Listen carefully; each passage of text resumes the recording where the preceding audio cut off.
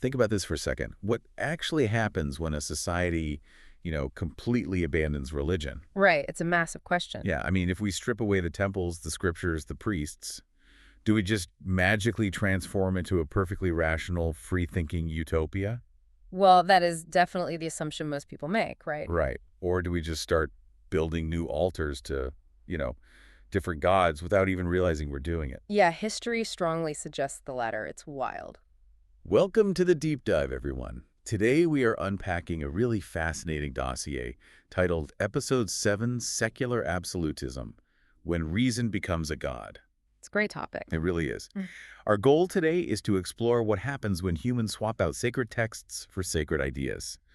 And we're going to look at real-world history, some psychological frameworks, and we'll even use the fictional, deeply oppressive world of San Vitae, the awakening as a mirror for our own reality. Which is such a perfect parallel, honestly. Totally. So the core premise from our sources is basically this. When humans destroy old religions, they don't actually abandon worship. Right. They just replace it. Exactly. They replace it. And I think this deep dive is going to be kind of like a sociological autopsy of how rationality itself can become a really dangerous dogma. Yeah, it really is the ultimate human question. I mean, we have this persistent, very modern assumption that once we remove the supernatural from the equation, we just become completely objective. It's like we're just purely logical computers all of a sudden. Exactly. We like to view ourselves as these enlightened beings making purely data-driven choices. But history shows us over and over that when a society forcefully removes traditional religion, it creates a massive vacuum. And something has to fill that vacuum, right? Always. And that vacuum is almost immediately filled by a secular ideology that demands the exact same reverence, the exact same rituals, and honestly, the exact same brutal punishment for heretics as the system it just replaced. Which is terrifying. Let's look at the historical precedents for this, because, this isn't just some theoretical concept. No, not at all. When societies attempt to swap stone altars for science, the transition is, well, it's incredibly violent and profoundly ironic. Take the French Revolution. Oh, that's the classic example. Right. So you have these revolutionaries who, to be fair, Right. correctly identify the Catholic Church and the monarchy as these oppressive, intertwined institutions. Yeah, they wanted them gone, which makes sense in context. Right. But they didn't just advocate for a secular state where people could, believe whatever they wanted in private. They literally shut down churches across France. Shut them down, seized the property. Exiled or executed the priests, and then they established a state-sponsored atheist religion called the Cult of Reason. The Cult of Reason. And the specifics of how they executed that are they're fascinating from a sociological perspective. Tell me about the Notre Dame thing, because that blew my mind. Oh, right. So in November of 1793, they took over Notre Dame Cathedral in Paris. Like the most famous church in the world. Exactly. And they dismantled the Christian altars and they built a literal mountain out of wood and papier-mâché inside the cathedral. A fake mountain inside Notre Dame. Yeah. And then they crowned an actress like a living human being as the goddess of reason and paraded her through the nave. That is just surreal. It is. I mean, they were championing science, logic, and liberty, but they instinctively knew that the masses still needed a focal point for their devotion. They needed a ritual. Wow. Which, of course, culminated in the Reign of Terror. Mm-hmm. Because they didn't just want you to, act rationally. No, they demanded absolute ideological purity. Right. If you questioned the methods of this perfectly rational new society, you weren't viewed as a fellow citizen with a debate point. You were an enemy of reason itself. You were essentially a heretic. Exactly. And their solution to that was the guillotine. They dropped the blade on anyone who didn't conform. The mechanism at play there is crucial to understand. By destroying the old religion, they didn't destroy religious behavior. Right. They actually just replicated its darkest, most dogmatic elements perfectly. Yeah, the exact same blueprint. And we see this exact same architectural blueprint pop up again in the 20th century with the Soviet Union. Oh, for sure. The state officially established atheism, but look at the sociological function of Marxism-Leninism within that society. It just became a secular faith. Right. Lenin and Stalin were elevated to this near-mythic status. Unquestionable status. Yeah, and you really see it in the physical spaces of Soviet citizens. So traditionally, Russian Orthodox homes had what was called a red corner. Right, the prayer corner. Yeah, a space dedicated to religious icons where families would pray. And the Soviet state didn't eliminate the red corner. They just repurposed it. Exactly. Yeah. They just mandated that families replace the pictures of Jesus and the saints with portraits of Lenin. They kept the physical architecture of worship, but just swapped out the icon. And they swapped out the scripture, too. Oh, right. Yeah, political manifestos were treated with the exact same unquestionable reverence as holy texts. But honestly, the most chilling parallel is how they treated dissent. This part is wild. If you disagreed with the state's political ideology, you weren't treated as a political opponent. You were a heretic. The state held literal show trials that functioned identically to inquisitions. So you were basically excommunicated from society. Yes, sent to a gulag or just executed. It's like tearing down a cathedral because you hate the oppressive architecture. Right. And then using steel and concrete to rebuild a brutalist office building on the exact same foundation. That is a great analogy. Like, it claims to be purely functional and modern, but the floor plan still features a central altar, forced tithes, and, a basement for interrogating heretics. The architecture doesn't change, just the aesthetics. Exactly. Which brings me to a question I really struggle with here. If the original goal of these movements, both the French revolutionaries and the early Bolsheviks, was to dismantle superstition and to build a society on pure, rational humanism, how do they end up acting identically to the religious zealots they just overthrew? Well, the answer requires us to look away from the ideas themselves and actually examine the biological hardware of the human mind. The biological hardware. Yeah, the psychological framework of this phenomenon points out that the human brain doesn't necessarily crave gods, but it absolutely fundamentally craves certainty. Certainty. Yes. We live in a chaotic, terrifying, and unpredictable world. So to function, the human brain needs a coherent narrative. We desperately need a shared belief system to provide a sense of belonging. Like an anchor. Exactly. And we need a purpose tied to something larger than our individual survival.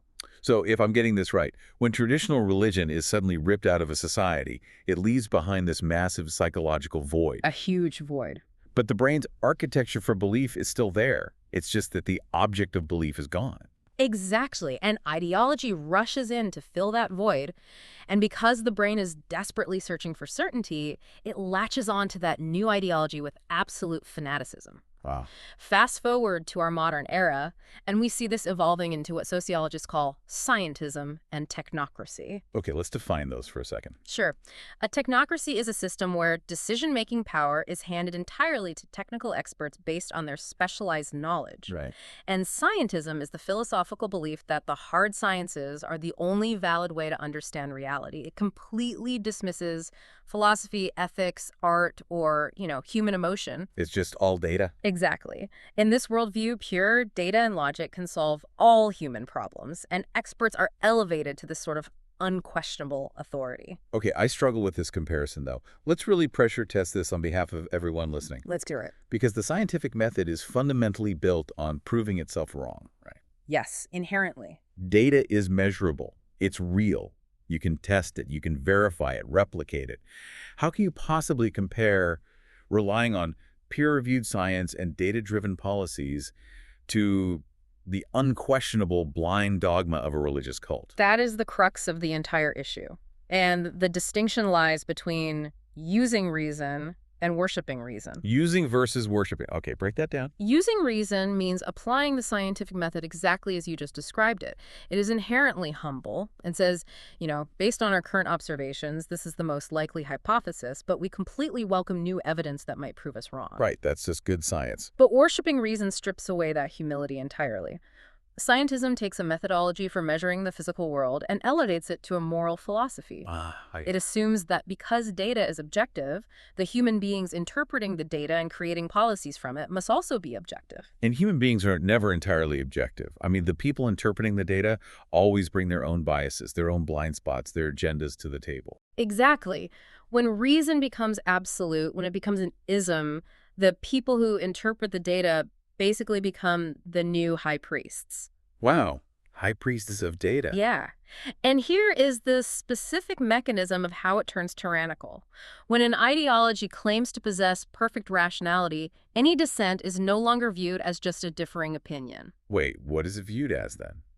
Think about it. If my policies are purely rational and backed by the science, then anyone who disagrees with me must, by definition, be irrational. Oh, wow. That is a terrifying shift in perspective. It really is. Because if I disagree with a political policy, I'm no longer just a citizen exercising my right to debate. I'm broken. Hmm. Like I'm cognitively deficient. You see this constantly in historical technocracies. Dissent is actually medicalized. Medicalized. How so? Well, during certain periods in the Soviet Union, political dissidents weren't just thrown in jail, they were locked in psychiatric hospitals. Are kidding. No, the state psychiatrist diagnosed them with something called sluggish schizophrenia. Sluggish schizophrenia. That sounds completely made up. It was. But the logic was simple to them. The communist state is perfectly rational, right? And it provides for all human needs. Therefore, anyone who opposes it must literally be insane. That is so dark. Yeah, You aren't just wrong. You are a biological obstacle to human progress. exactly.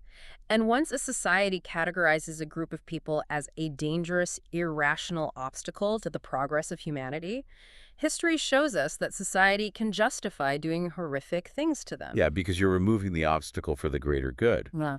which taps into this massive philosophical debate surrounding the Enlightenment. Oh, absolutely. Because on one side, you have thinkers like Voltaire and Kant, whose core argument was that reason liberates us. Yes.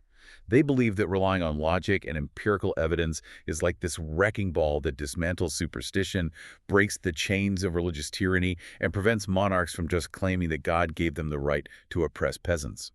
And, to be fair, they were largely correct about that.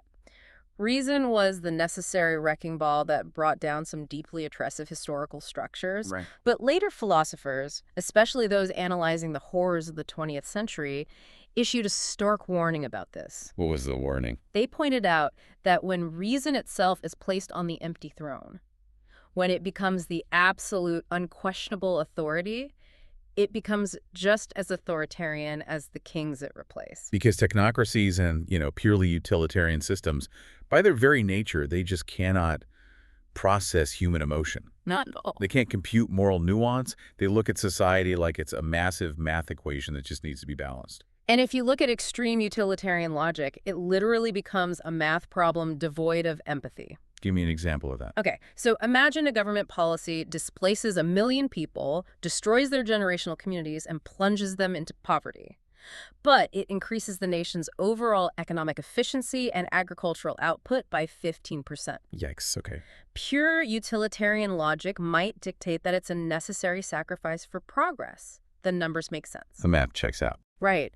But when you strip away the messy, emotional, human elements, the grief, the cultural loss, the human rights rationality can be used to justify immense cruelty. The structural comparison between the two is really profound when you lay it out like that.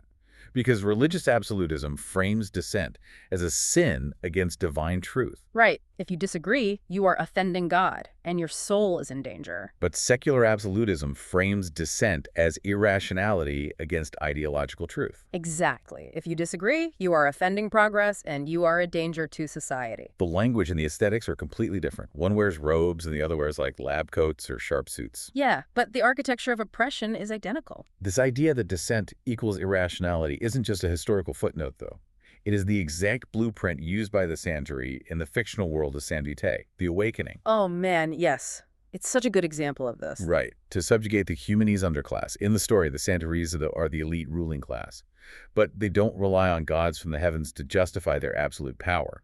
No, they function entirely as a secular religion based on biological and intellectual supremacy. It's all about genetics and intellect for them. Exactly. The Santery have elevated their own ideological superiority to a sacred status. They maintain control through strict, unquestionable doctrines. They even have rituals, right? Yeah, they have public rituals, societal symbols, and this incredibly rigid caste system. They have engineered a society designed purely to keep the powerless compliant and the elite completely unquestioned. And the humanese underclass are treated essentially as variables in an equation. There's numbers. Yeah. The Santery demand the exact same blind obedience that, an ancient pharaoh would demand. But their power isn't divine. It's ideological. Right. It makes me think of an algorithmic feed that optimizes purely for a single metric-like order or efficiency, at the complete expense of all other human variables. That's a really good way to think about it. Right.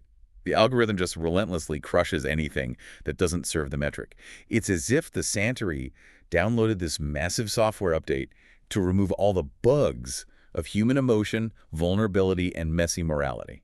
Only to realize far too late that those bugs were actually the core features of empathy. Exactly. An algorithm optimizing blindly for order is a brilliant way to understand the Santry. When you delete the perceived flaws of empathy and moral nuance, you are just left with a cold, calculating machine. Which is terrifying. In San Vitae, the Santry justify their dominance through this constant narrative of necessary order. They're obsessed with order. They are. They claim that human emotion is what led to the world's near destruction in the past, and therefore their absolute emotionless control is the only thing preventing a return to chaos. Which, ironically, is the classic justification for every authoritarian regime in human history. Yep. We are the only thing standing between you and the abyss, so you must surrender your freedoms to us. It is the oldest trick in the authoritarian playbook. But underneath that shiny justification of pure order, there is just profound moral decay. Oh, completely. By treating the humanities as mere data points, the Santerie suffer from total empathy erosion.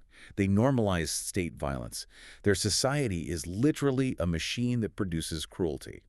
But because that cruelty is wrapped in the unquestionable ideology of rational order, the Santerie genuinely believe themselves to be the saviors of humanity. They think they're the good guys. Always.